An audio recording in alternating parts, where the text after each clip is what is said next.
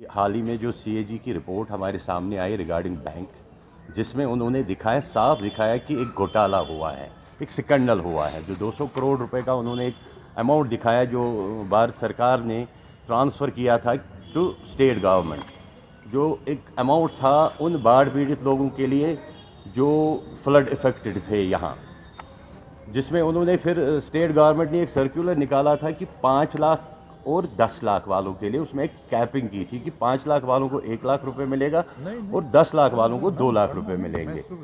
जो ग्राउंड पे हमें नहीं देखा, ऐसा कुछ नहीं हुआ कि अगर खुदारा हमें बताएं कि अगर हमारे लिए पैसा गवर्नमेंट ऑफ इंडिया ने भेजा है तो ये पैसा हम तक पहुंचा क्यों नहीं, ये उन छोटे दुकानदारों तक पैसा गया क्यों नहीं, ये पैसा उधर क्यों गया जिनको नहीं चाहिए, उनको नहीं मिला। ये पैसा मिला किनको?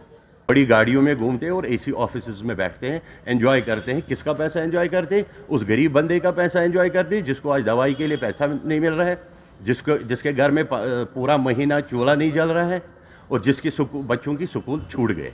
उसका पैसा आज एंजॉय कौन कर रहा है? ये मैं आपको नाम बताता हूँ कौन लोग वो पैसा एंजॉय करते हैं। पीक्स ऑटोमोबाइल, बलदेव सिंह, जम्मू में बाढ़ नहीं आई थी, इसको कौन सा पैसा मिल गया? 5.73 करोड़, 5 करोड़ 73 लाख, ठीक है जी।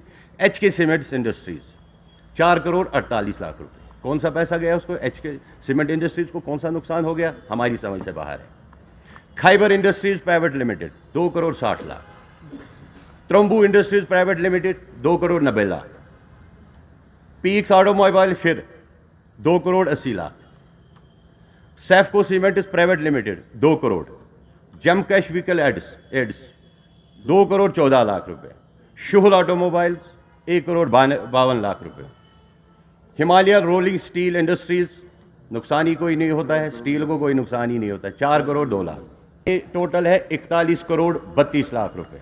मैं इसके जिम्मेदार होली एंड सोली उस वक्त की सरकार को ठहराता हूँ, क्योंकि ये पैसा बैंक को डायरेक्ट नहीं आया था। जो हमने पूरी ये 278 पेज की ये रिपोर्ट है सीएजी की, इसमें जो हमने पढ़ा, जो हमने समझा, इसमें उस वक्त की सरकारें, जो अलायंस सरकार थी बीजेपी एंड पीडीपी, वो होली एंड सोली उसके ज़िम्मेदार हैं। उनके इन्फ्लुएंस से ये पैसा इन बड़े लोगों के घरों में गया। जो भी ये पैसा था, ये गवर्नमेंट कैसे वापस करेगा, किस तरह से वापस करेगा, वो हमें नहीं पता है।